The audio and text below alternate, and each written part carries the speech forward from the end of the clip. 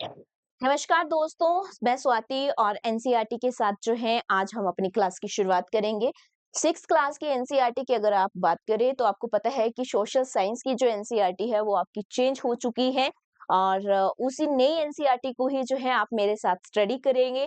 आपने देखा था पिछली क्लास में कि हमने परिचय देखा था सामाजिक विज्ञान क्यों, तो उसको हमने डिस्कस कर लिया था फर्स्ट क्लास के अंदर, जिसमें हमने देखा था सामाजिक विज्ञान के बारे में कि कितने जो है इसके विषय यहाँ पे रखे गए हैं। अभी जो मैं एनसीईआरटी पढ़ा रही हूँ जो है आपको यहाँ पे हिंदी मीडियम एनसीईआरटी करवा रही हूँ, क्योंकि उसके बाद जैसे ये कंप्लीट हो जाएगी तो आपको इंग्लिश मीडियम में भी साथ में करवा दी जाएगी। तो यहाँ पे मैं बात करूँ तो हमने पिछली क्लास के अंदर ये सब चीजें जो है डिस्कस कर ली थी कि सामाजिक विज्ञान के बारे में, कि कहाँ किस तरह से एक ही किताब के अंदर सभी चीजों को कंपाइल किया गया है, यानी कि आपकी चाहे हिस्ट्री हो, ज्योग्राफी हो, सिविक्स हो, आर्ट एंड कल्चर हो, उन सब चीजों को एक ही किताब के अंदर रखा गया है। पहले क्या होता था, पहले की जो किताबें थी जिसमें आपने अतीत वाली पढ़ी होगी या फिर ज्योग्राफी अलग से पढ़ी होगी 6th क्लास में, तो यहाँ पे इस बार जो है एनसीईआरटी की आप एक ही किताब पढ़ेंगे 6th क्लास में और उसी के बीच में आपको सब चीजें देखने को मिलेंगी नई किताब के अंदर। अगर आप कर रहे हैं किसी भी एग्जाम की तैयारी जिसमें एनसीईआरटी जो है आपके लिए सबसे पहला फेस होती है, यानी कि पहला चरण होती है, आपको पढ़ना जरूरी होती है, तो आप जो है मेरे साथ इस एनसीईआरटी को कंप्लीट कर सकते हैं। चलिए, अगर आप स्कूल के स्टूडेंट हैं तब भी आप कंप्लीट कर सकते हैं। ये सब चीजें हमने पिछली क्लास में देख ली, आप प्रीवियस क्लास को जरूर एक बार देखें। अगर आपको वाइट में विजिबिलिटी में अगर कोई दिक्कत हो तो एक बार चेक कर लेना। चलिए, तो मैं आपको जो है डायरेक्ट ले चलती हूँ चैप्टर नंबर 1 में, क्योंकि हमने जो है बहुत सारी चीजें जो है पहली वाली क्लास में देख ली है, किस तरह से हम एनसीईआरटी हमें दी गई है, क्या हमें एनसीईआरटी के अंदर पढ़ना है और कौन सी चीज हमें छोड़नी है। 1 मिनट वेट करेंगे, ये अभी जो है अपलोड हो रही है तो ये आपको विजिबल हो जाएगी। चलिए, तो मे भी आपको जो है चैप्टर नंबर 1 जो है वो विजिबल है। चलिए, तो बात करते हैं चैप्टर नंबर 1 की। तो अगर विजिबिलिटी में कोई दिक्कत हो तो प्लीज आप चेक करिए एक बार, फिर मैं इसको स्टार्ट करती हूँ। चलिए, तो ये ठीक हो जाएगा 1-2 मिनट में, टेंशन मत लीजिए, मेरे साथ आप स्टार्ट करिए। तो अगर हम बात करें यहाँ पे फर्स्ट चैप्टर हमारा क्या है, अध्याय 1 जो है हमारा वो क्या है, पृथ्वी पर स्थानों की स्थिति, यानी कि पृथ्वी पर स्थान, यानी कि जो प्लेसेस हैं उनकी हम यहाँ पे बात करेंगे। तो पृथ्वी के अंदर स्थानों की क्या क्या पोजीशंस रहती है, क्या स्थिति रहती है, उसी के बारे में डिटेल में इस चैप्टर के अंदर देखेंगे। तो कहीं ना कहीं ये जो चैप्टर है हमारा ज्योग्राफी से संबंधित है। ठीक है, किससे रिलेटेड है, ये हमारा ज्योग्राफी से रिलेटेड है। तो यहाँ पे सबसे पहले हम एक डेफिनेशंस देखने को मिलती है। डेफिनेशन जो दी गई है वो आर्यभट्ट के द्वारा दी गई है। आर्यभट्ट जी क्या कहते हैं, पृथ्वी अंतरिक्ष में स्थित है, ठीक है, जो जल, पृथ्वी, अग्नि, वायु से बनी है। तो कहा जा रहा है कि जो अर्थ है वो एक अंतरिक्ष में स्थित है और ये किसके कारण बनी है, ये कह रहे हैं कि ये जो है वाटर, यहाँ पे अगर हम बात करें अंतरिक्ष के अंदर वाटर, अग्नि आपकी फायर, वायु आपकी और पृथ्वी, इन सब से बनी है और एक गोलाकार है, स्फेयर में है। ये सभी स्थलीय और जलीय प्राणियों से घिरी हुई है। स्थलीय यानी कि जमीन में रहने वाले, जलीय यानी कि जल में रहने वाले, आपके उन सबसे क्या है, घिरी हुई है। ठीक है, तो ये एक इन्होंने स्टेटमेंट दे रखी है, किसने दे रखी है, आर्यभट्ट जी ने यहाँ पे बोल रखा कि स्टार्टिंग में हमें एक डेफिनेशन ये देखने को मिलते हैं। उसके बाद हम देख पा रहे हैं कि हमें क्या देखने को मिल रहा है, एक मैप देखने को मिल रहा है जिसमें हम सब चीजें देख पा रहे हैं, अपनी पूरी पृथ्वी को देख पा रहे हैं। ठीक है, और इसमें जो है बहुत सारी चीजें देख पा रहे हैं, ऐसा नहीं है कि कोई एक चीज देख रहे हैं। तो इस मैप का क्या महत्व है, क्यों हम इन्हें देखते हैं, क्यों हम इन्हें पढ़ते हैं, या इन्हें इनसे क्या चीजें हम सीखते हैं, वही इस चैप्टर के अंदर देखेंगे कि इसका क्या महत्व है। देखो, बोला जा रहा है कि मानचित्र क्या है, मानचित्र क्या है यानी कि व्हाट इज मैप, हम इसका उपयोग कैसे करते हैं, कैसे हम इसका यूज करेंगे, इसके मुख्य घटक क्या है, यानी कि इसके कंपोनेंट क्या है। तो यहाँ पे कुछ क्वेश्चंस हमें देखने को मिल रहे हैं। कंपोनेंट की बात होगी तो नंबर 1 जो हमारे लिए इंपॉर्टेंट यहाँ पे बन रहा है, वो बन रहा है मैप से रिलेटेड, यानी कि हम इसमें क्या डिस्कस करेंगे, चैप्टर में मैप पढ़ेंगे। दूसरा है निर्देशांक क्या है, यानी कि डायरेक्शन, डायरेक्शन यानी कि दिशा के बारे में पढ़ेंगे। पृथ्वी के किस स्थान को अंकित करने के लिए अक्षांश और देशांतर का उपयोग कैसे किया जाता है।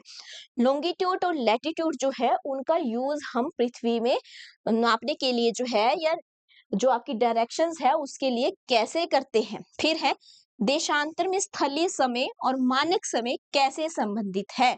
स्थानीय समय यानी कि जो आपने पढ़ा होगा पहले भी IST के बारे में, इंडियन स्टैंडर्ड टाइम के बारे में, यानी कि समय के बारे में, वो किस तरह से है। तो यहाँ पे 3 टॉपिक इंपॉर्टेंट हमारे बन रहे हैं इस चैप्टर के अंदर, इन्हीं के बारे में हम पढ़ेंगे। आज हम देखेंगे मैप के बारे में। सबसे पहले आज हम डिस्कस करते हैं मैप के बारे में। चलिए, यहाँ पे बोला जा रहा है कि आप क्या करिए, कल्पना करिए, यानी कि आप जो है इमेजिन करिए कि आपके पास, आप किसी एक नगर की यात्रा कर रहे हैं, मतलब आप एक किसी विलेज में घूम रहे हैं, एक सिटी में घूम रहे हैं, एक गांव में घूम रहे हैं, ठीक है। और उस नगर में आप जिस स्थानों की यात्रा करना चाहते हैं उनका पता कैसे लगाएंगे। मान लीजिए आप कहीं घूमने जाते हैं, ठीक है, तो वहां पे कौन कौन सी नगर है, कौन कौन सी जगह है, कौन कौन सी प्लेसेस है, वो आप कैसे पता लगाते हैं। कई बार आप क्या करते हैं, आजकल के समय में तो आप गूगल मैप ओपन कर लेते हैं, ठीक है। तो वो जो मैप है कैसे करते हैं पता, मैप के थ्रू करते हैं, सभी को पता है, ठीक है। गूगल मैप लगा लेते हैं, आपको कोई जगह नहीं पता तो आप गूगल मैप ट्रेस कर देते हैं उससे। फिर क्या बोल रहे हैं, आप सहायता के लिए किसी स्थानीय व्यक्ति से पूछ सकते हैं, बिल्कुल पूछ सकते हैं, अथवा उस नगर के मानचित्र को देख सकते हैं, बिल्कुल मैप को देख सकते हैं, ठीक है। पिछली कक्षाओं में आपने मानचित्र के बारे में कुछ बातें सीखी थी।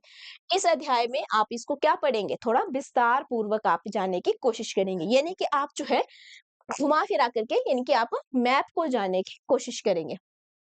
कहते आइए खेल खेलते हैं, ठीक है। खेल क्या है, एक लघु नगर के मानचित्र का निरीक्षण कीजिए। चित्र है 1.1, यानी कि फर्स्ट यूनिट का पहला चित्र। डायग्राम दे रखी है, मैं दिखाऊंगी अभी कौन सी डायग्राम है।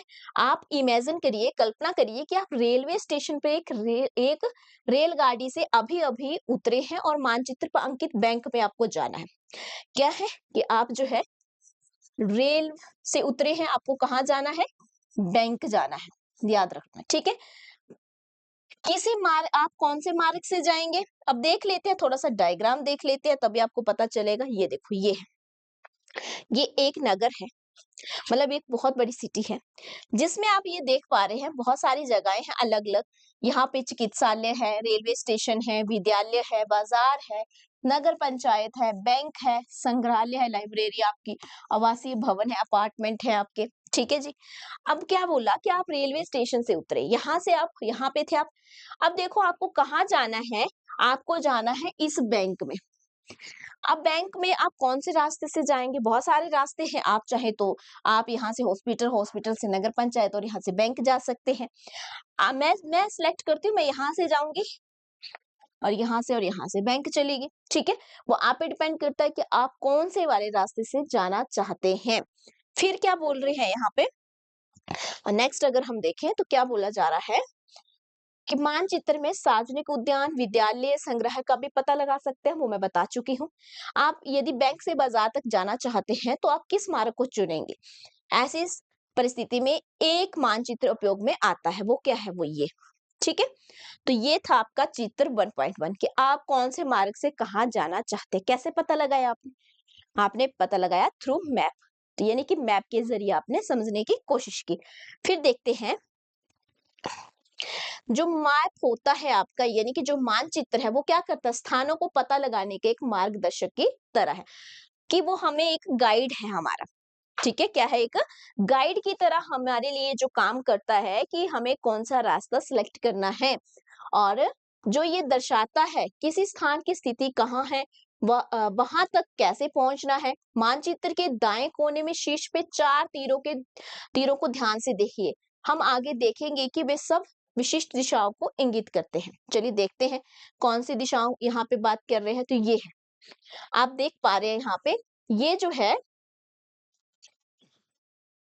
एक सेकंड रुकेंगे, हाँ, ये जो है ये क्या है, 4 बिंदु आपको यहाँ पे देखने को मिल रहे हैं, ठीक है?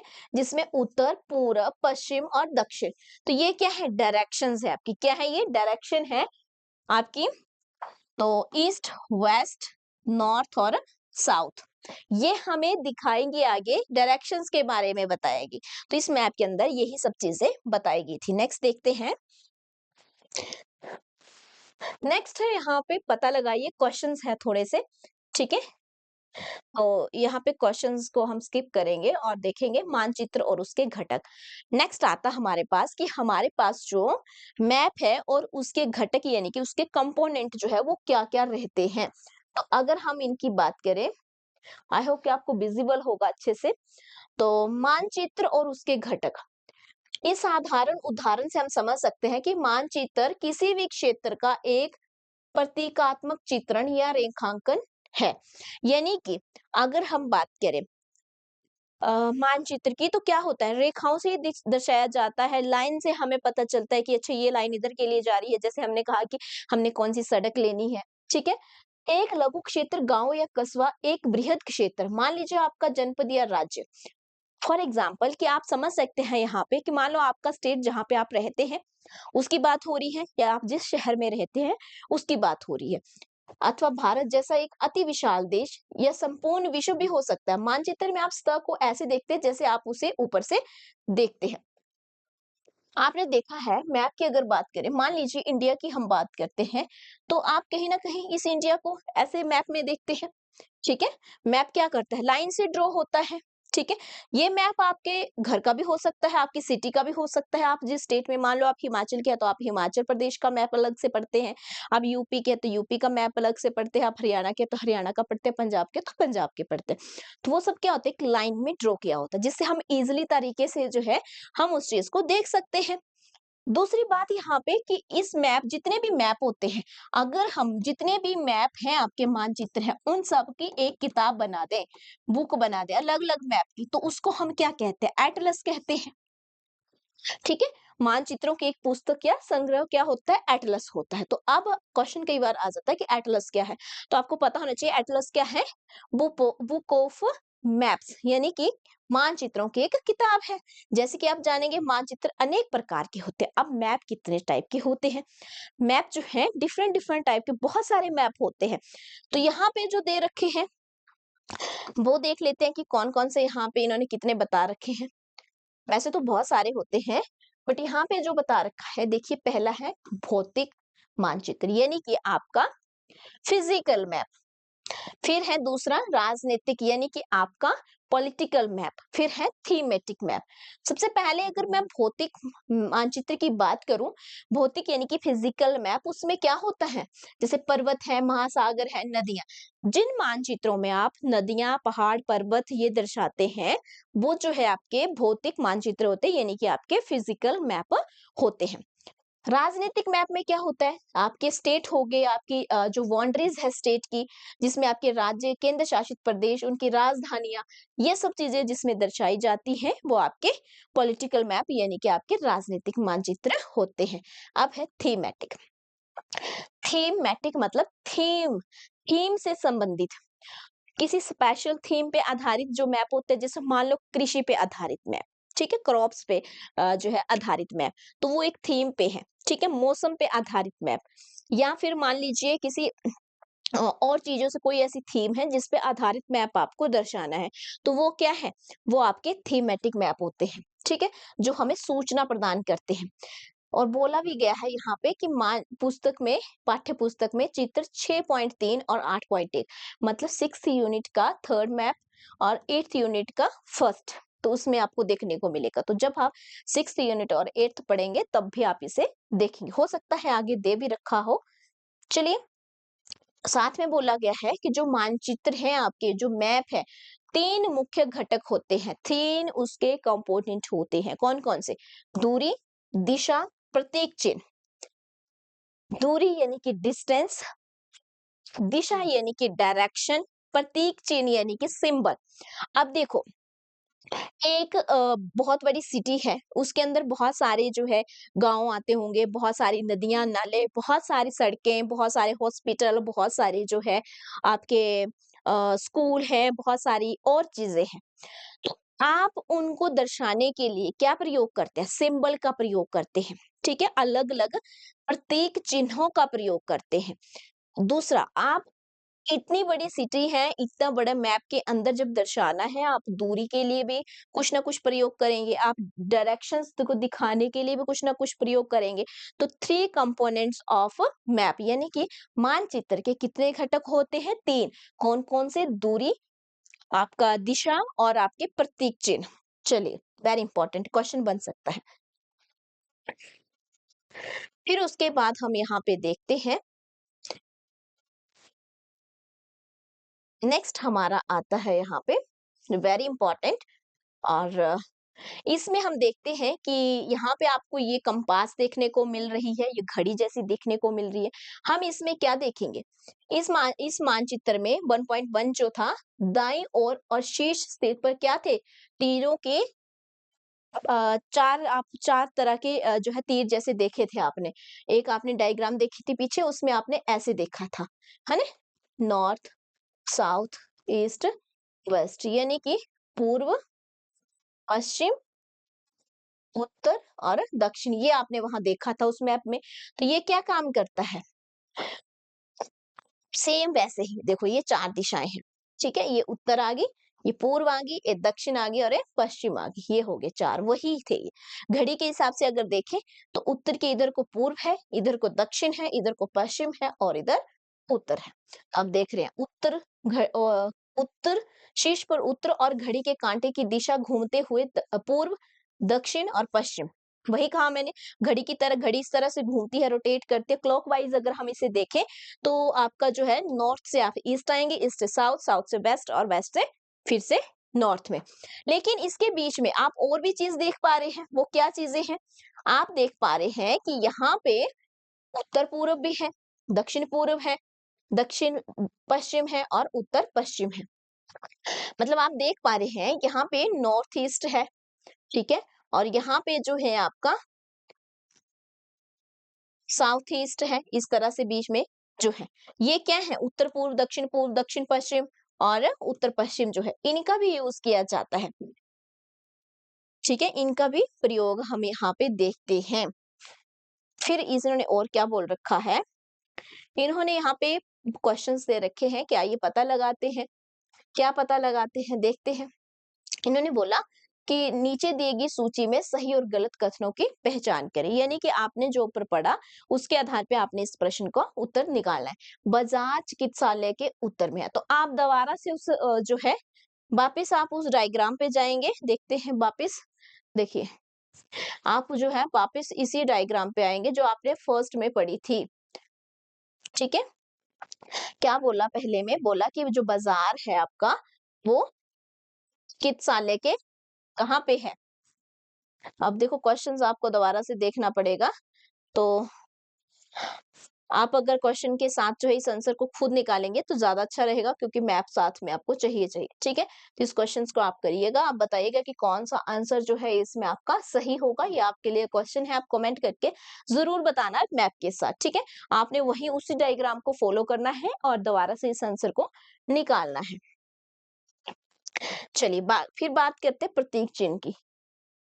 प्रतीक चिन्हों की अगर हम बात करें, यानी कि सिंबल्स, तो हमें जो है हर चीज को डिनोट करने के लिए सिंबल्स दिए होते हैं। जैसे नदियों के लिए अलग से, ठीक है? नदियों के लिए आप ब्लू कलर का प्रयोग करते हैं, पेड़ों के लिए आप जो है ग्रीन कलर का प्रयोग करते हैं, पहाड़ों को दर्शाने के लिए ब्राउन कलर का प्रयोग करते हैं। तो वो क्या होते हैं? आपके प्रतीक चिन्ह होते हैं, यानी कि सिंबल्स होते हैं। देखिए, रेलवे स्टेशन, विद्यालय, डाकघर, मार्गों, रेलवे लाइनों और नदी नालों के लिए जो है वन के लिए क्या करते हैं? सिंबल का प्रयोग करते हैं। देख लेते हैं किस तरह से सिंबल्स का यहाँ पे यूज किया गया है। ये देखो, थोड़ा सा छोटा करते हैं। चलिए, जैसे आप देख पा रहे हैं यहाँ पे रेलवे लाइन, बड़ी लाइन, छोटी लाइन, तो ये जो है ये क्या है? Railway line. इस तरह का अगर आप जो है मानचित्र में अगर देखते हैं तो इसका मतलब है रेलवे की बड़ी लाइन की बात हो रही है, ये छोटी लाइन की और ये रेलवे स्टेशन, जैसे इसमें RS लिखा है, तो मानचित्र के अंदर, मैप के अंदर मान लो यहाँ पे मैं लिख दूं और इस तरह से ये बना दूं और यहाँ पे RS लिख दूं, तो इसका मतलब है किस क्या चीज लिखी मैंने यहाँ पे, किस चीज की बात की, मैंने रेलवे स्टेशन की बात की, ठीक है। उसी तरह से यहाँ पे सड़कों की बात की है, पक्की सड़कों को इसलिए इस तरह से, कच्ची सड़कों को इस तरह से दिखा रहे हैं। इसके अलावा यहाँ पे सीमाएं यानी कि बाउंड्रीज, अंतरराष्ट्रीय, राज्य, जिला, अब आप समझ गए होंगे, ये नदी है, ये कुआं है, ये तालाब है, नहर है, सेतु यानी कि पुल है, ये मंदिर है, ये गिरजाघर है, मस्जिद है, छतरी है। डाकघर के लिए पीओ लिखते हैं, डाक और टेलीग्राफ कार्यालय के लिए पीटीओ और पीएस पुलिस स्टेशन आपका, ठीक है। तो ये बहुत सारी चीजें इसी तरह से आपके, आप इसे चेक करेंगे एक बार, ठीक है। तो ये थे आपके चित्र, मानचित्र जो था जिसके बारे में आपने पढ़ा मेरे साथ आज, तो काफी कुछ हमने आज की क्लास के अंदर जो है डिस्कस कर लिया है, जिसमें हमने पूरा का पूरा हमने देखा कि मानचित्र क्या होते हैं, मैप क्या होते हैं, ठीक है। उनको मैप के कंपोनेंट्स क्या होते हैं, जिसमें 3 तरह के कंपोनेंट देखे, जिसमें हमने देखा दूरी होती है, डायरेक्शंस होती है और सिंबल्स होते हैं। 3 तरह के मैप हमने ऊपर डिस्कस किए, जिसमें हमने physical map, political map, thematic map, तो ये बहुत सारी चीजें आज हमने डिस्कस की। आई होप को आपको जो है फर्स्ट चैप्टर का ये वाला फर्स्ट पार्ट जो है वो अच्छे से क्लियर हुआ होगा, और नेक्स्ट टाइम जो है हम सेकंड पार्ट इसका करेंगे। ठीक 2 बजे आपको डेली ये क्लास जो है मिलती रहेगी। आप जो है चैनल को सब्सक्राइब कर ले अगर नहीं किया है तो, और अपने आसपास के दोस्तों को जरूर शेयर करें। आप किसी भी एग्जाम की तैयारी कर रहे हो तो उसके लिए एनसीईआरटी बहुत इंपॉर्टेंट हो जाती है। तो जल्दी से वीडियो को लाइक, शेयर और सब्सक्राइब चैनल को जरूर करें। थैंक यू सो मच, मिलेंगे नेक्स्ट पार्ट में।